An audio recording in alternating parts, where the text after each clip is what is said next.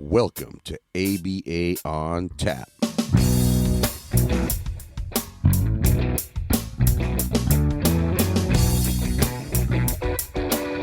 I'm Mike Rubio with Dan Lowry.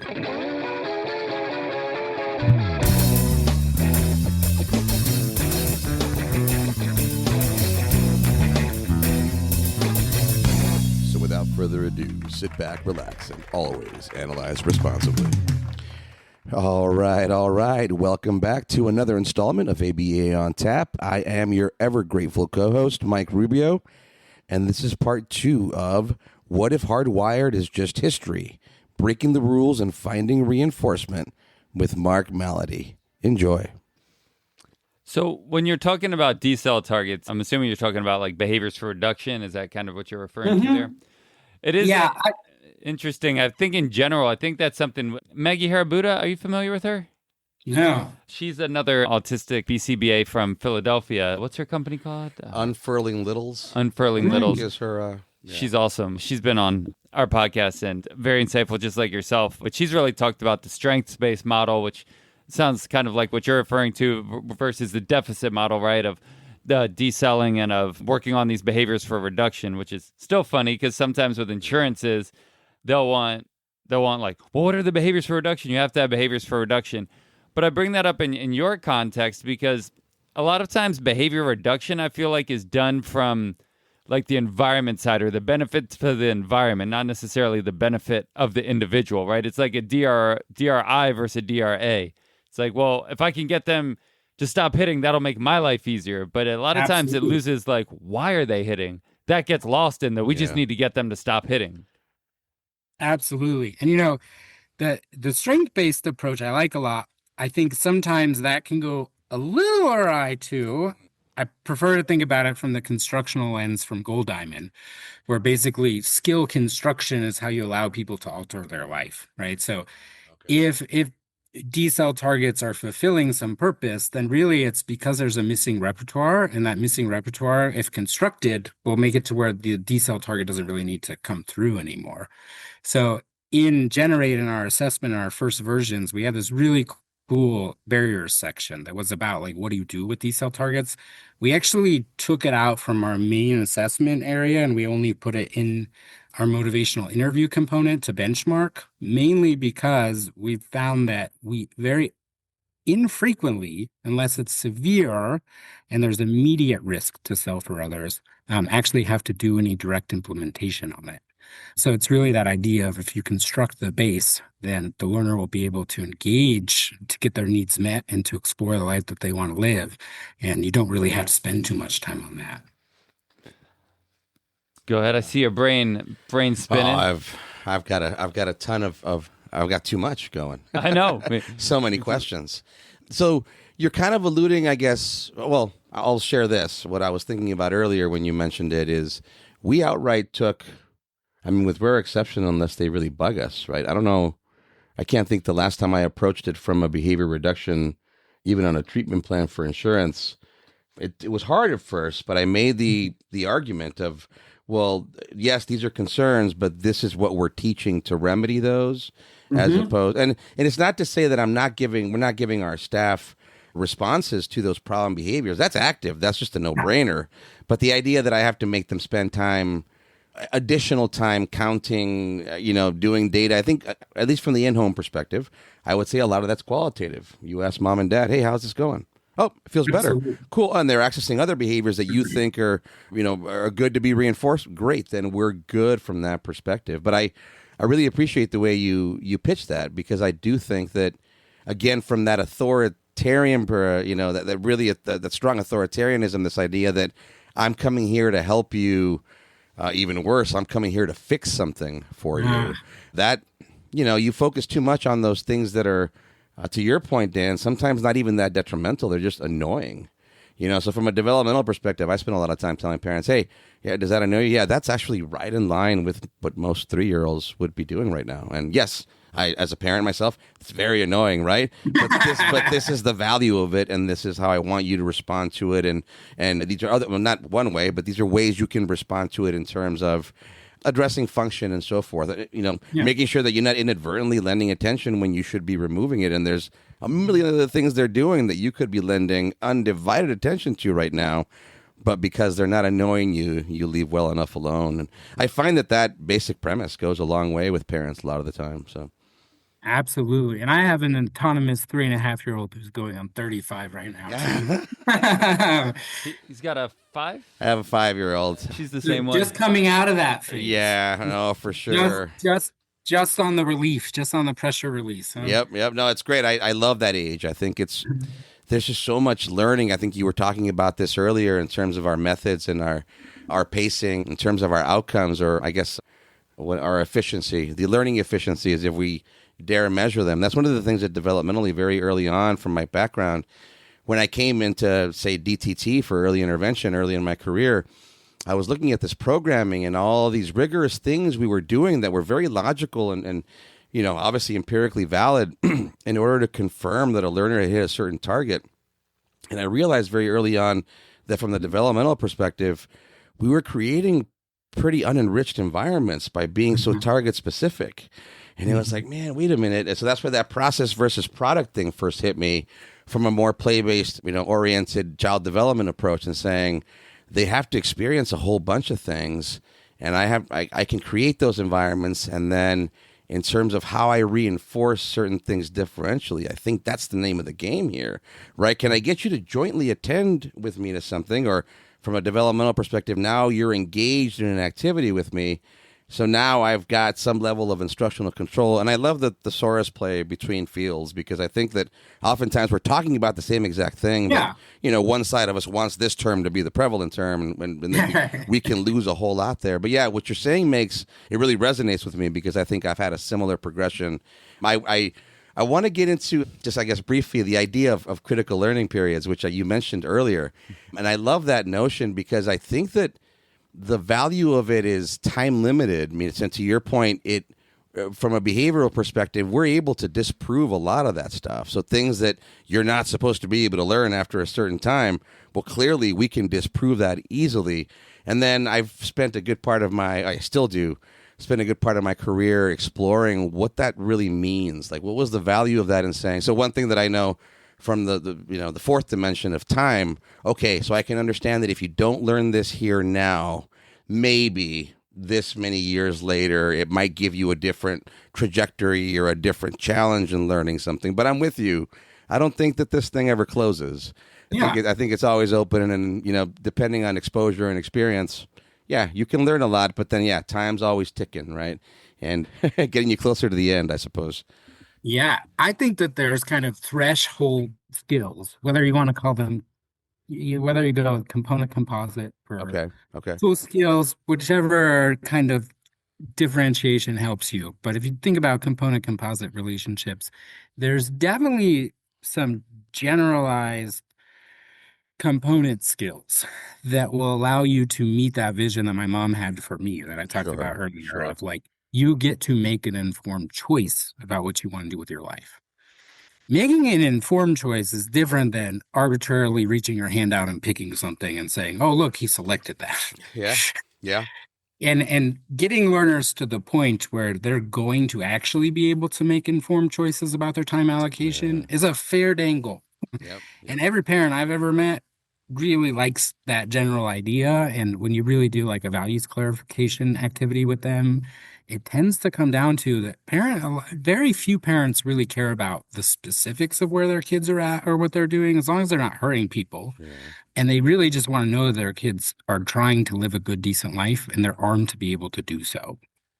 And so that idea of like, hey, what are like the skills that we should just make sure every kid has? I think that's a fair question. And if you take a functional orientation rather than a topographical orientation, I think where we've gotten ourselves in trouble is we've got stuck on topographical orientations rather than functional orientation. So, the eye contact example is a really good example in our history about this. Yep. Like, we got hyper focused on a topography of how we indicate that we're actively listening, that we're engaging with the immediacy of the environment, and that we're oriented to the same thing.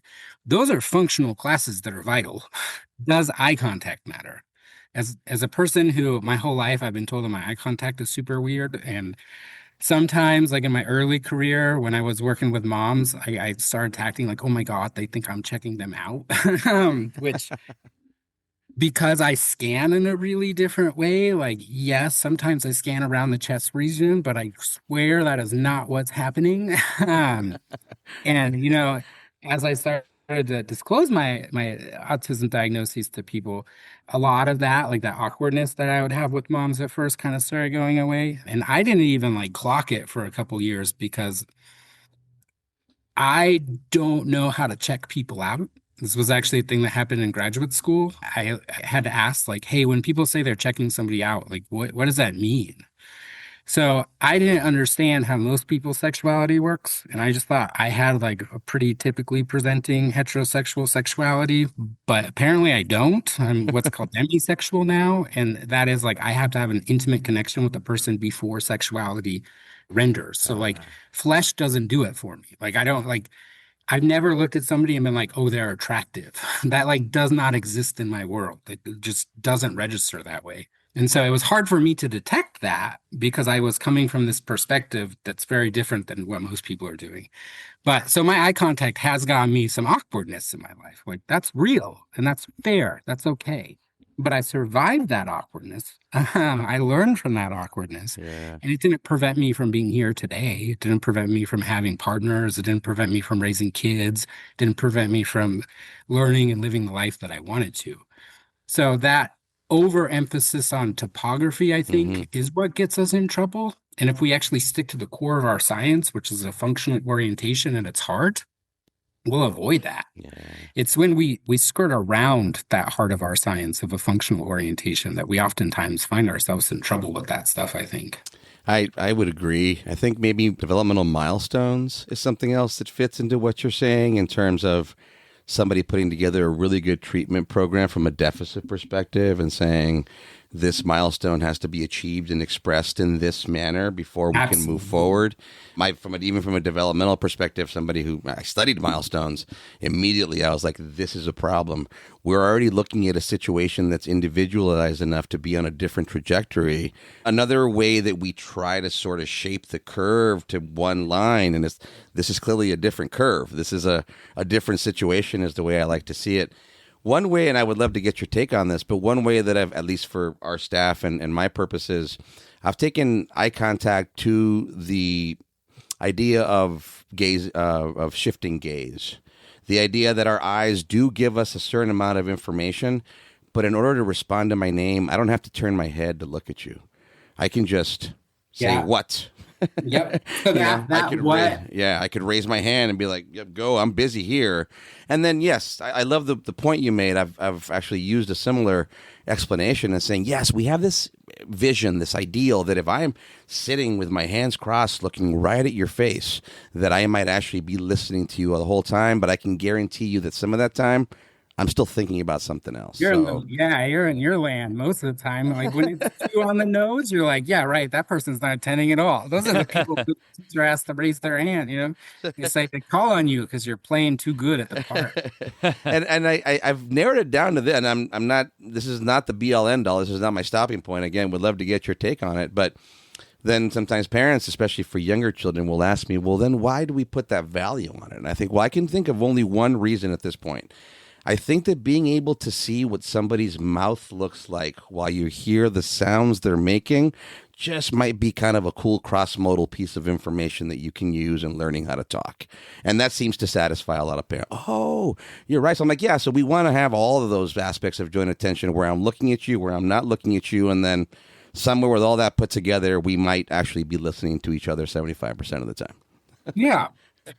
How we had tackled that problem is orients to a attention recruiting stimulus change. And so the idea being that the orients to allows you the functional class to identify orientation responses that make sense for that learner.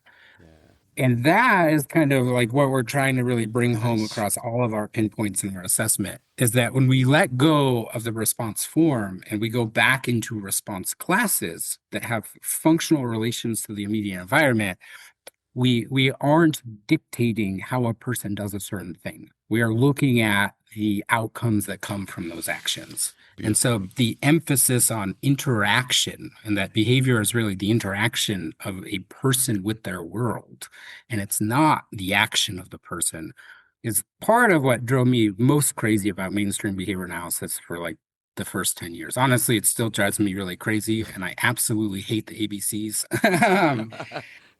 Well, And- why don't you speak to that? Why do you hate the ABCs? Yeah, talk to us. Yeah, because what is behavior? Oh, behavior is antecedent behavior consequence. Wait. You're allowed to use the term that you're defining in the definition? Okay.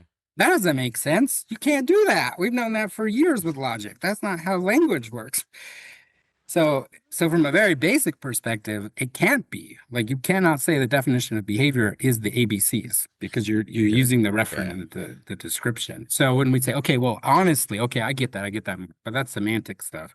It's really stimulus, response, stimulus. Okay, cool. So now we're talking about the middle term. That middle term is response, right? Those are actions. So what is operant behavior? Well, operant behavior is the reliable interaction of a response class with a functional change in the environment. Ooh, response class. Now that's an interesting term, right? So if we get too stuck on individual responses, we're negating, some of those things that we make extra problems for ourselves. So when we say like, hey, we're not getting response generalization, we're not getting stimulus generalization, that's because we misunderstood our basic units of the operant when we designed the program, right?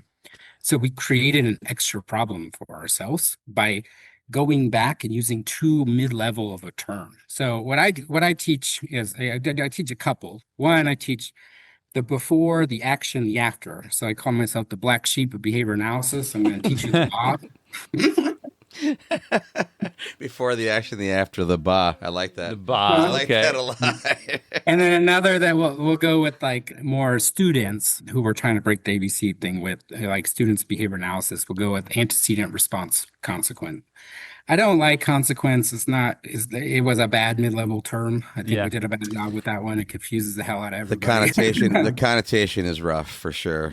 Positive, negative, another example of where just the semantics and the connotations get the best of us in terms of disseminating the information. And punishment was punishment. Oh, jeez. Oof. Yeah, brutal. I remember reading what was Jack Michael's definition of response? He had because you were talking about behavior and then relating it to response. I forget in his book, it was like something about like a gland, like in a muscle. Yeah. Like it was a legit definition, but it was just so non-technological to anyone not in the field. But it but it made sense. It was not circular. Like you're saying that a lot of, it's almost kind of funny, like how we are very judgmental in the field about circular reasoning. But in some ways, I almost feel like reinforcement is like circular reasoning, right? How do we know it increases behavior? Because it's reinforcement. Why is it reinforcing? Because it's increasing behavior. Like that almost get deeper into that. Yeah. That almost does sometimes become circular. But I had a thought for you. I wanted to run by you in the process versus procedure piece. I mean, it's something that in theory we will probably have to deal with more than we have. I got to give insurance companies, at least in our experience, they haven't been that bad with us. How are you still in the like applied field? Like, do you do a lot of like day-to-day direct services, or are you more on the like consulting academia side? I do. We actually run a short-term low-dose learning center model that we created based off of our assessment, and it is a one-tier model. So I actually do the direct work. I don't work through an RBT. I do the direct session work with my learners.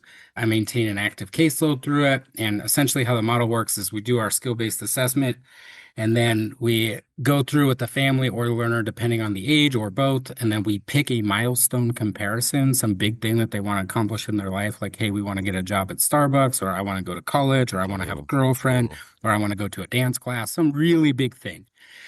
That's the comparison criteria. And then we select 5 skills that are going to be the most likely that makes movement towards that thing. And then we do that over only 24 50-minute sessions over a 3-month or a 6-month period. So 2 sessions per week or 1 session per week, depending on the targets that we're working on with the learner. I love it. And is that funded by the learner? Is that funded by insurance? So right now we are not insurance funded. We are private pay, but honestly, we do a lot of grants. So we actually got a grant from our local That's awesome. foster system, and we worked with a lot of learners who were in the various stages of going from not in their family placement to either long-term foster or back integrated with their family placement.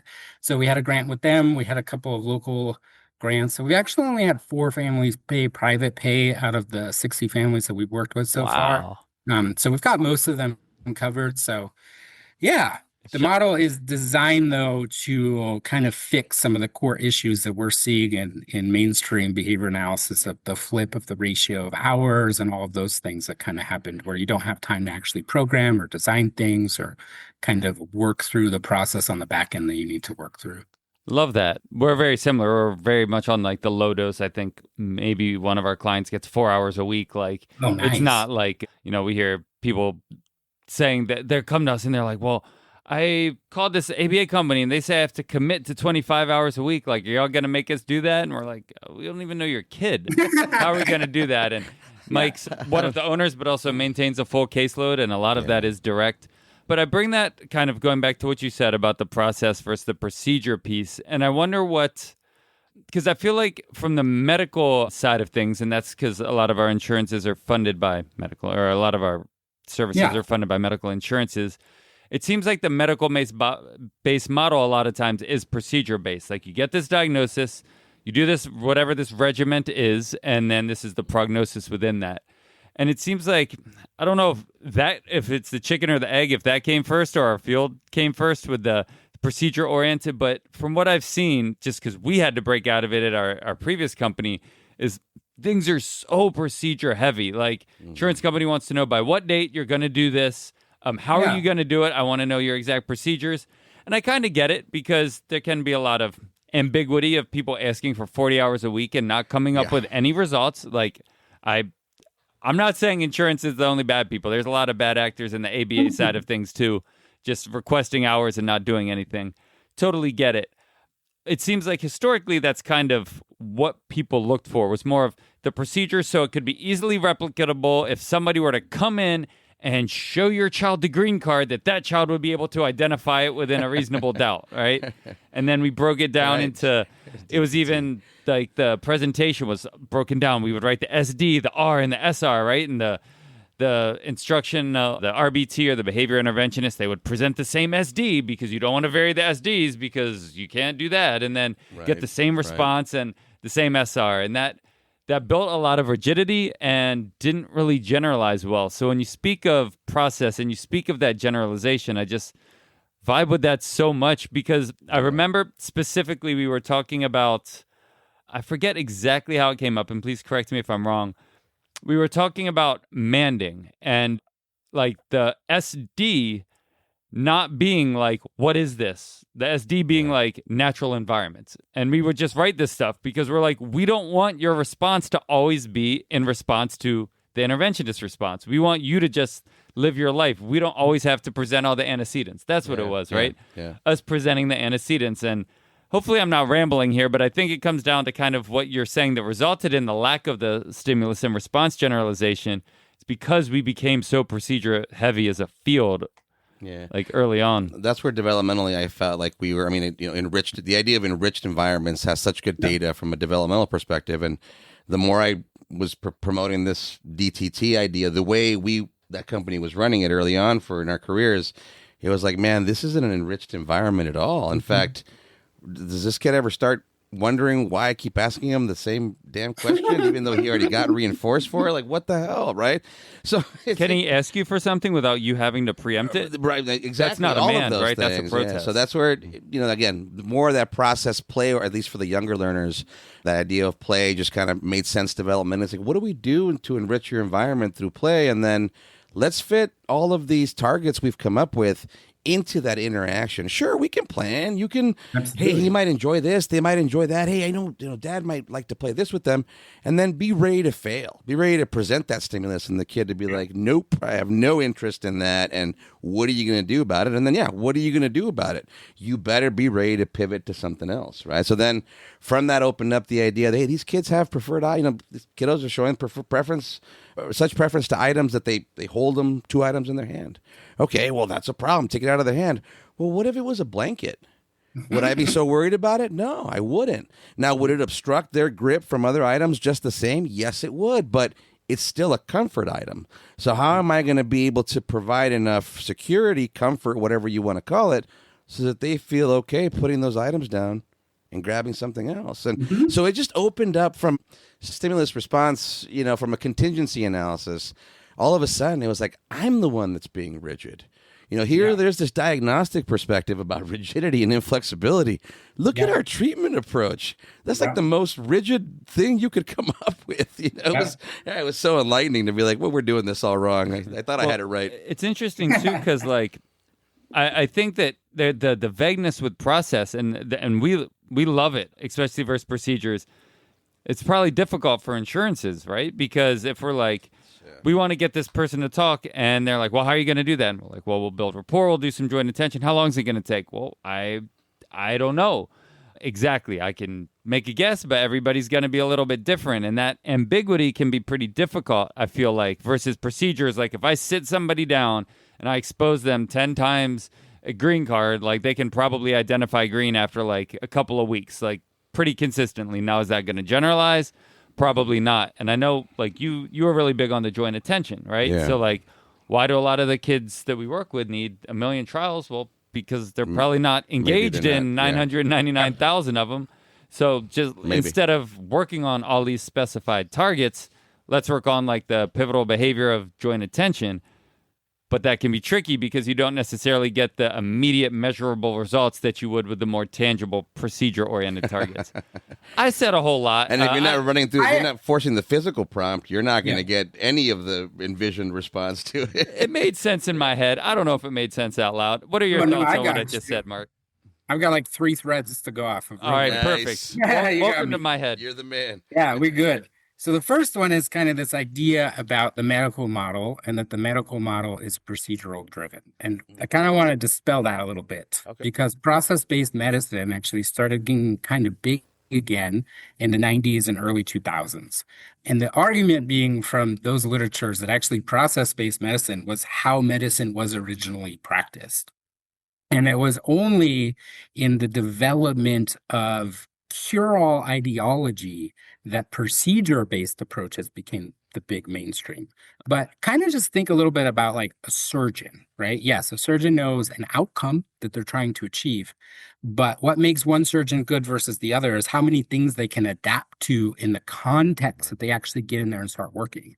So the process is up to the surgeon to make the decision. And you can think about it as a psychiatrist, right? A psychiatrist working through medications with one of our kids. One psychiatrist might just say, hey, do this pill because it's the one that's the best right now. And next year it might be a different one and I'll give a different one to those kids. But another one might actually say, hey, I want you to monitor their sleep. I want you to bring some data on this. I want you to do this. And I'm going to see you again in 2 weeks. That's a process-based orientation. So there's nothing inside of the medical model that dictates a procedural-based orientation to practice. That's fair. Now, the measurement part, so kind of the second thread there is this idea that procedure is measurable and process may not be measurable. And it's not that process is not measurable, it is more complicated to measure. And complicated doesn't mean harder, but it means the systems that need to be designed and put in place are very different, and they're usually not a single linear thing. So it's really easy to make a plus or a minus. When I do this, I'm going to do a plus or a minus. That's really easy. What might be a little bit more complicated is, what number of signs of joy do we see throughout this session? What are the indicators of joy that this learner has? What does that look like, right? But both of those are countable events. There's nothing uncountable about those, and you can set benchmarks on them. So we kind of... Stu and Sela, those are the 2 other co-creators of Generate. They like to say this saying in Spanish, and I'm really bad at Spanish, so I won't even try it. But it's essentially, why not both? It's kind of a 1990s throwback. So they say that all the time. And I would say that right now for this question of why can't we have process-oriented and really good data? I love it. That I would argue that so in our program model of those 24 hours, the reason why we say it's a 3-month enrollment or a 6-month enrollment is to make an accountability statement to our families. I'm going to get 3 of these skills mastered out of these 5. That's my accountability statement. If we really rock and roll, we'll get all 5. So we're going to have some bonus capability, so we're not locked out. But at the very least, I'm going to do my best to get 3 of these mastered throughout these 24 hours in this 3-month period. So I am making an accountability statement. What procedures exactly are we going to use? What slices are we going to work at in what moments? That needs to be flexible, and it needs to change moment by moment with the learner. So I'll go through, people will be online and they'll be like, hey, when data's flat, how long are you going to wait until you get your RBT to do a new procedure? And I'll be like, do we wait 10 data points? Do we wait 7 data points? And I'm like, I'll make 13 changes in one session on one target. I'm like, 13 phase change lines on a single thing is actually, we went back and we kind of looked at this. That is my average when I'm stalled. When my standard acceleration chart is a 1, which is a flat line, or if it's a negative, a decelerating trend, if it's a divide by 1.1, which is a 10% divide over a 7-day period, if I'm on that trajectory, I'm making on average 13 changes within that single session until I find the thing that moves it around. And again, I'm being held accountable to the outcome of, on that 3-month time, I'm going to sit down and we're going to say, what did we accomplish or not? And here's my commitment to the learners. That's not a failure of the kid, because their whole lives they've been told that they can't learn things. Their family has this perspective of they don't learn like other people. Oh, maybe you can teach most kids 3 things in that time, but you're not going to be able to teach mine, right? Sadly, that's the reality that a lot of our families come to the table with.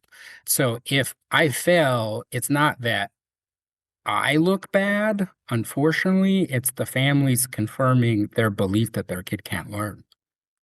Wow, that's And a good that's point. really what's on the table when we fail. And I don't think a lot of people talk about it that way. Like when you do an enrollment for your insurer and you have to come back and you have to do a reassessment, you say, well, we didn't master these ones, but we'll try again, right? What the family's learning is my kid doesn't learn like they thought they learned, right? And so to me, that's the worst case scenario. Now, we've just finally had our first kid that only mastered 2 things. Oh, It's our first time that we failed. So we hit him with a second enrollment on cost with us. So we said, hey, we'll do a second enrollment to fix this. And we explained very clearly about why we failed and how it was an issue with us and not an issue with that learner. And we're able to recover that. But besides that, we hit 3, 4, and 5 every single time except that one learner out of 60. And again, that was really a unique coming together of his splinter skills. And we really identified that, hey, getting these 3 is going to be really hard. We told them that. But because of where he was at in the transition stage of his life, we needed to reach that far if he was going to actually meet his milestone and moving out of his parents' house. So we just had a unique situation. And those happen. That's okay. it does. Just from it. You made me even think though of we need to word the way that even when we're reviewing parent goals, instead of so and so didn't meet their target this reporting period, maybe hey, we failed to help this individual meet their target. That's really interesting. Even the way that you brought that up. Thank you, Mark. Yeah, that's empowering. Yeah, you've certainly incited a change in my next set of goals in my treatment plan in terms of looking at time frame. Because I like your point there in terms of it's like for the insurances, these 6-month periods are going to dictate a lot of what the parents' expectations continue to be. So if you set up a whole bunch of goals, which we're pretty infamous for in the past, right? Long laundry list of goals as a field, not us. Yeah.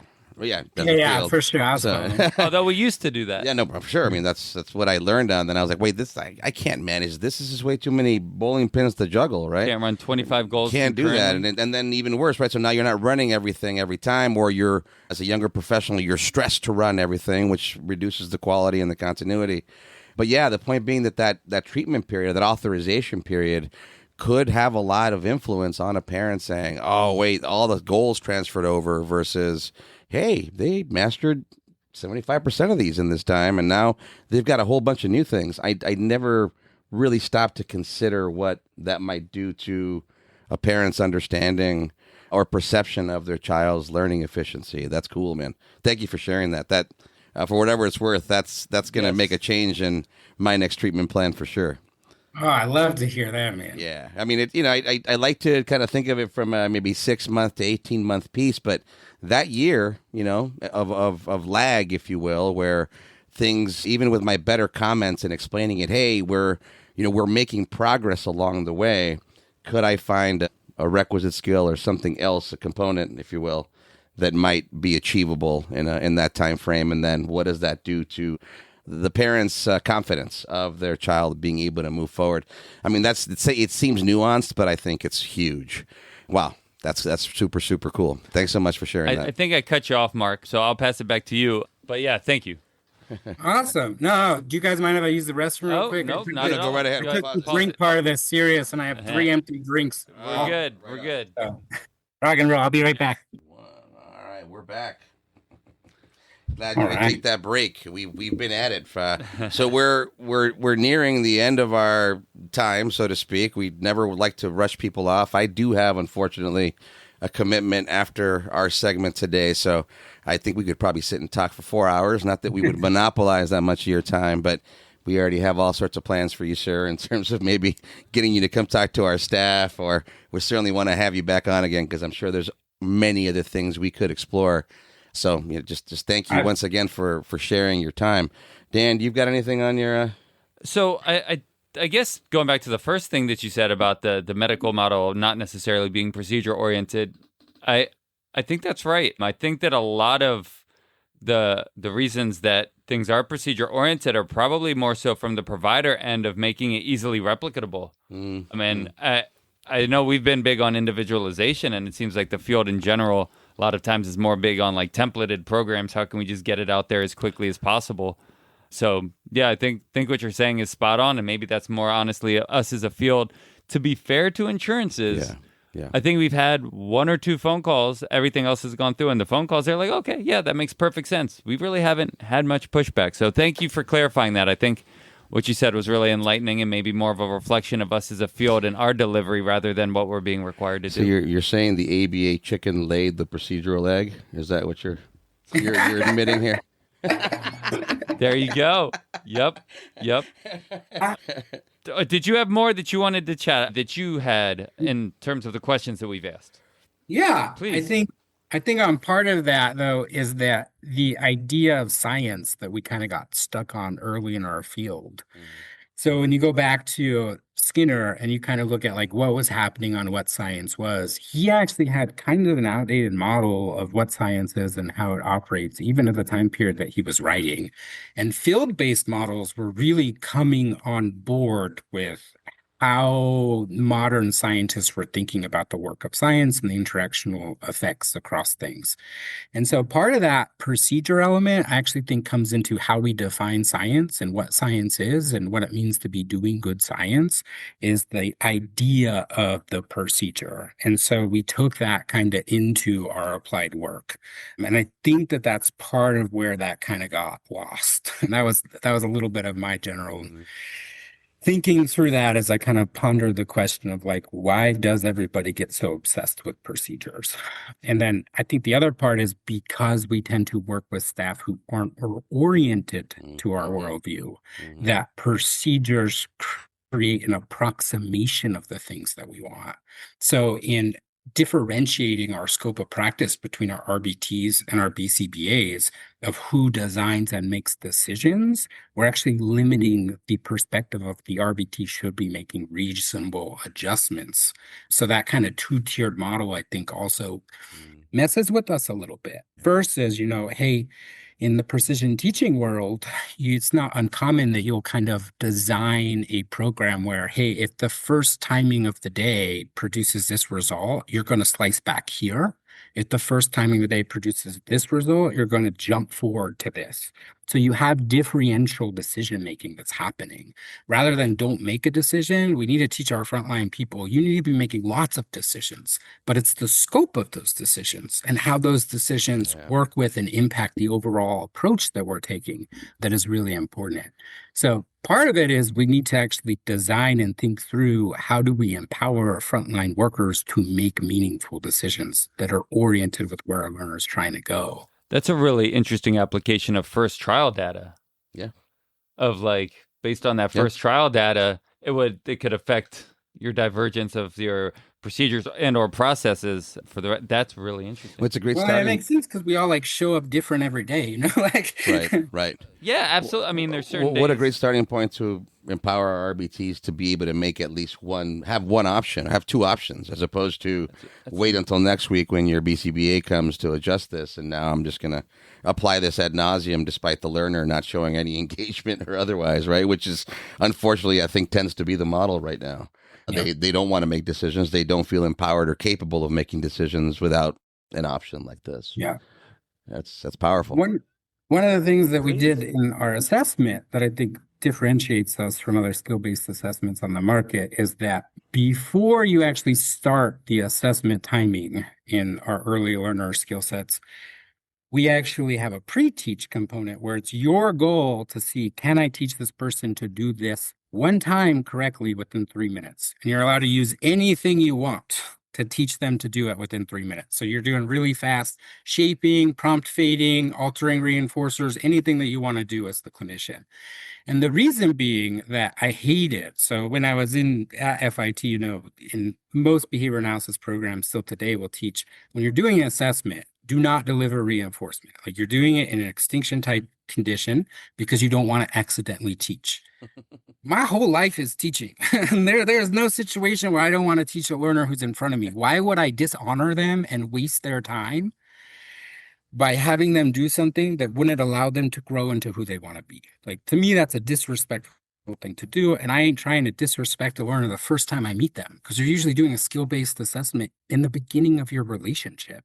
So the beginning of your relationship is asking somebody to do hard stuff with no meaningful change in their immediate experience. Like, that's not conducive to building a connection with another person. So if you can teach and shape a skill in 3 minutes, basically our argument is people may be missing skills because of deprivation, a history of a deprived environment that didn't evoke and select that skill, or they're missing the skill for a lot of other reasons. Component skills are missing, yada, yada, yada.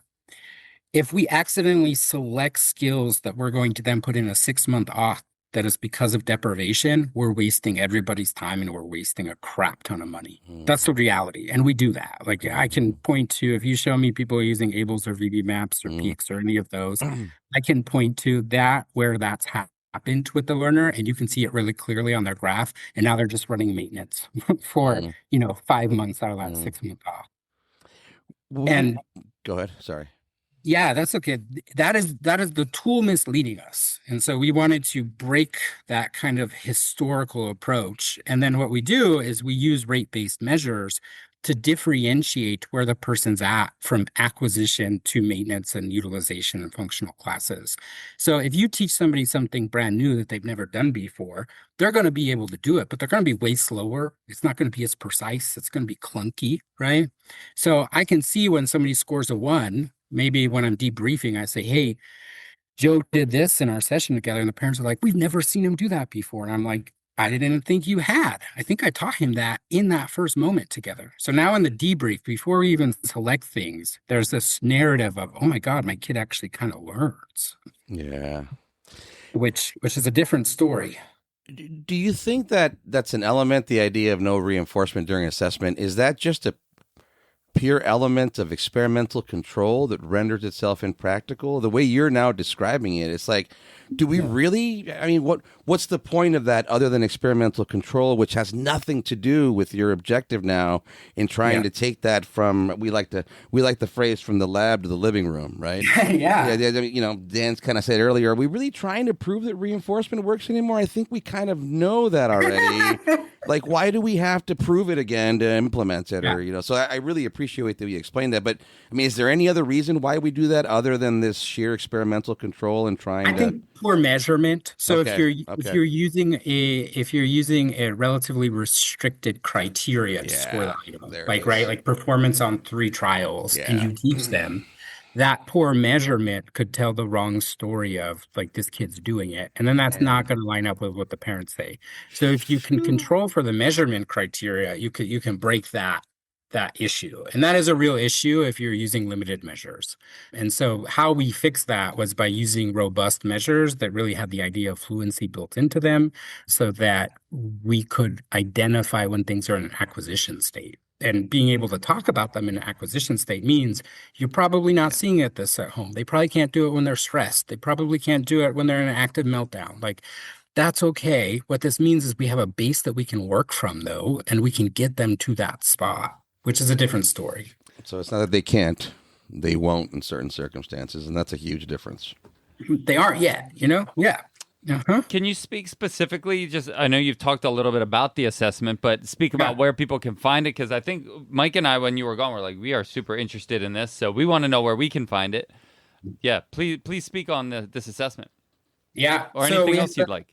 Yeah, absolutely. So we have a skill-based assessment called Generate, Gen, and then Arete. It's a combination of two words, genesis and arete. Arete is a Greek word that means fulfillment of self-potential, or to reach the peak of self. And so we kind of did a play on words. We pronounce it like generate, generator, but it's spelt with arete at the end. So it's kind of weird.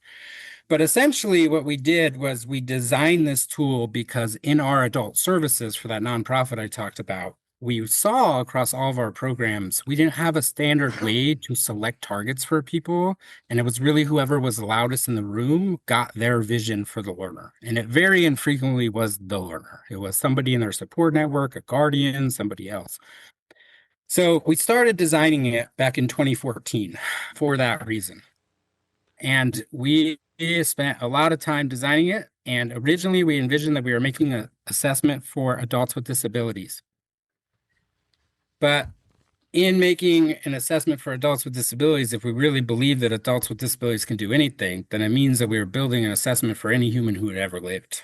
And we decided that we were going to open it. It's not an assessment for people with disabilities. It's for all people ever. I call it my point of poking the neurotypicals. So if you want to know what's different between the three of us, any of the standard assessments on the market can't tell you that. None of them. You can use your Vineland on all three of us. We're all going to score the same. Yep. And if you scratch our names off and mix them up on a table, you know what? When we pick it up, we're going to say, hey, whose is that? Yeah.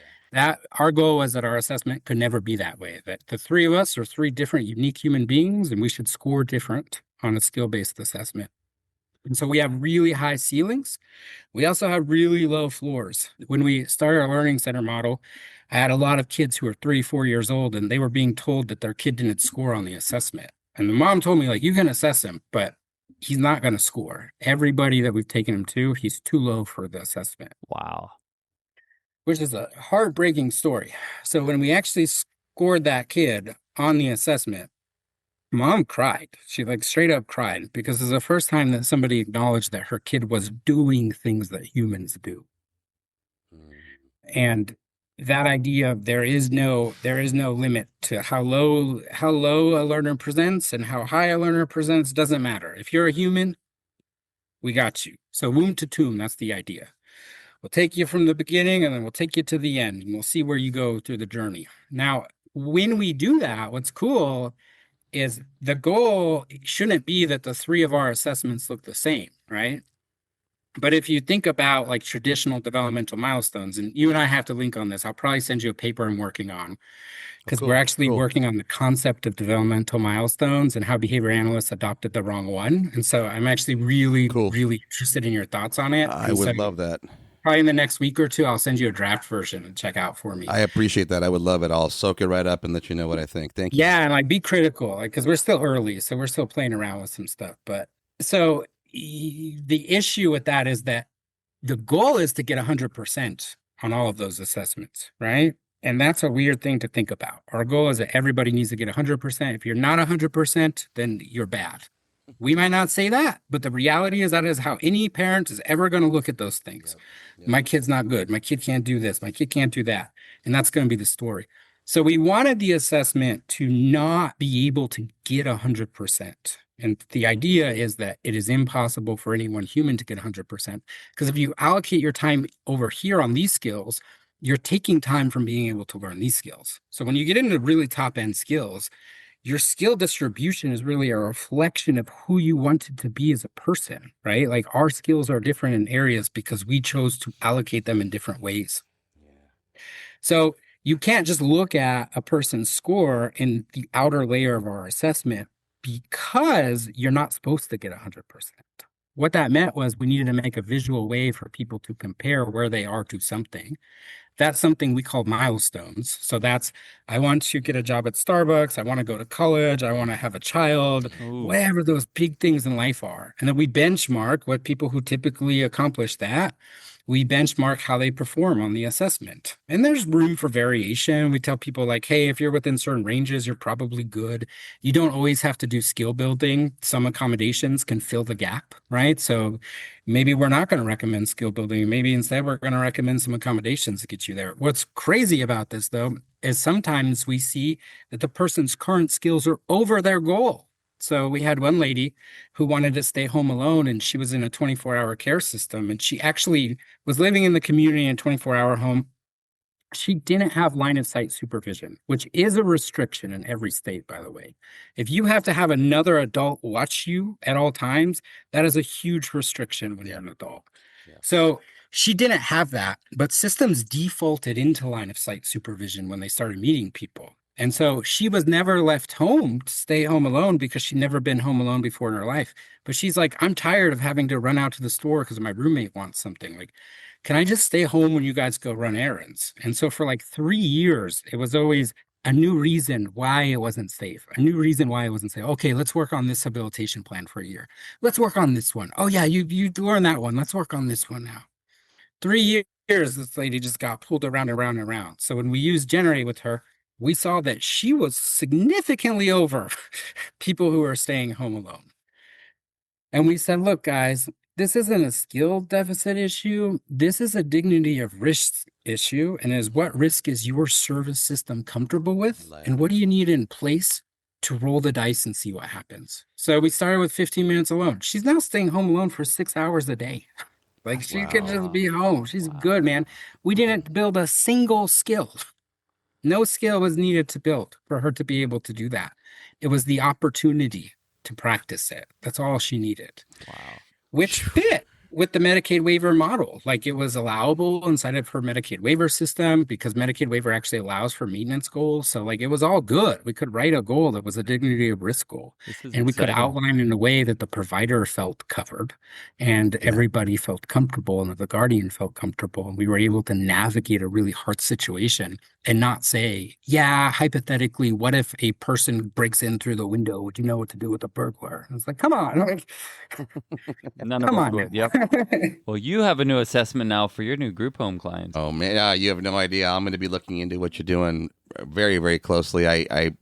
We recently got approached to provide consultation to adult residential facilities. Yes. And a lot of what you're talking about, and I told them from the beginning, I said, hey, not, from an ethical perspective, I know how to deal with behavior. I do not have that particular experience. And they were like, no, we've vetted you. We've seen your experience. We want you to help us. And I appreciate that. But at the same time, I've had to be very humble about saying, I need to go research this. I don't know that I'm hitting the mark yet. And luckily, I don't know that anybody is outside of yourself because it's all pretty new, at least here in California, for us to be involved with this level of facility. So it's still kind of wide open, but the things you're talking about are very exciting in terms of not just maintaining order in these homes, but moving things forward, giving people new access, letting them develop new skills, new friends, new ventures, whatever it is. I think we do. I mean, it's a really good place to be when you've stabilized somebody and their situation, whatever that means. But further moving that forward, I think, is much more exciting and much more challenging. Yeah. When I got conned into coming back into behavior analysis, and I always do say she conned me. She told me like she did. Yeah. I got conned. It's okay. She's real good. So she conned me into coming back. But the first thing I did was I consulted for 24-hour homes that couldn't afford a behavior analyst. So I did case-based consultation because in our state, if you can't make it in 24-hour home because your targets are too intense, we don't have a stepped care model where you can go to a place that serves you. So we actually sent people, we had an interstate contract with Texas where they had some residential facilities that could handle more complex stuff. So I was the last stop to Texas, and I just consulted with people that were like, if we couldn't figure it out in 3 months, they would be sent away from everything and everyone they've ever known. Wow. And that's how she conned me into getting back into it. And nobody underneath my care went to Texas. Everybody, we were able to get back into being able to stay in their known environment. So yeah, I would absolutely love to talk to you about that. Thank you. We'll be in touch. That's a badge of honor, man. Good for you. Shout out to you. Yeah, we're so glad you got conned. Mike's from Texas, so we don't want people going back to Texas because that's where he's from. And hey, Mark, I would love to chat longer. I know he's got a hard cutoff at 2:30. I've got one last thing, but you go ahead. No, I don't have another question. Oh, you don't? Okay, so I won't explain too much. I think that early on in our careers, we used to think that teaching parents to do discrete trial the way we were trained was the way that parent training went. And I won't get into the finer points or detriments of that, but I developed this mantra, which was ABA is no way to parent. Yes, we can provide parents a lot of knowledge, but the idea, at least back then, that ABA was this way to parent, I disagree. I know you're very passionate about your own parenting experiences. How does your ABA fit into your day-to-day experience with your kids? And how doesn't it fit? Yeah. So basically everything I do, I look through a behavior analytic lens. Now, remember, my behavior analytic lens is very, very wide. You've got a whole different game going, man. Yeah.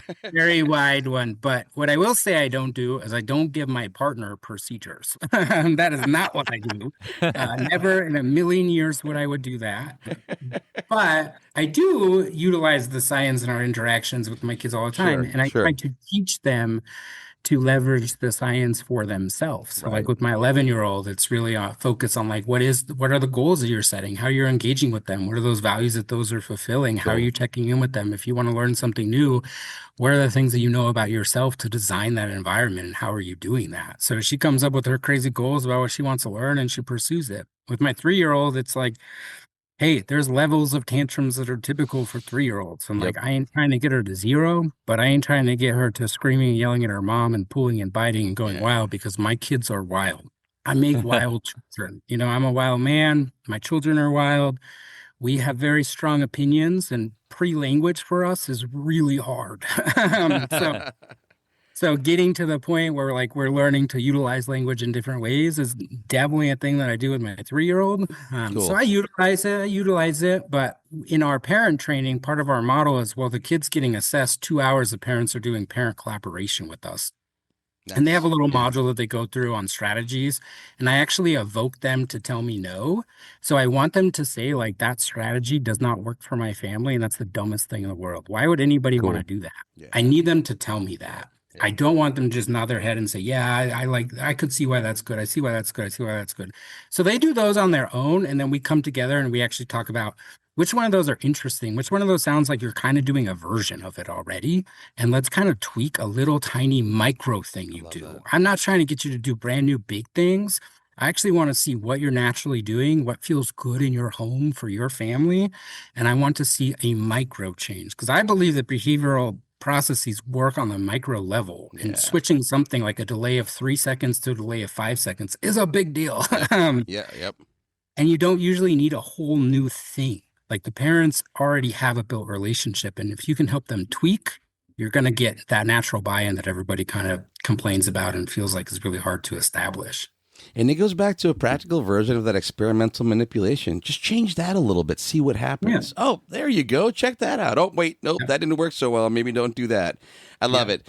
Mark, we could spend the rest of the day talking to you, man. You are a wealth of knowledge. I tremendously appreciate how you turn these paradigms on their head and back to their feet again.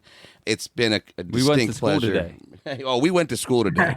That's for sure. And we love sitting in this seat for that reason. And you, sir, PhD course for sure. We'll be reaching out to you to get back on the tap, but also outside the tap. I know you said you wanted to reach out to Mike to review your paper. I think we might want to reach out to you to maybe do some partnering or consulting just with our company, maybe some of the group home stuff. I think there's a lot of your assessment. There's a lot that we could benefit from.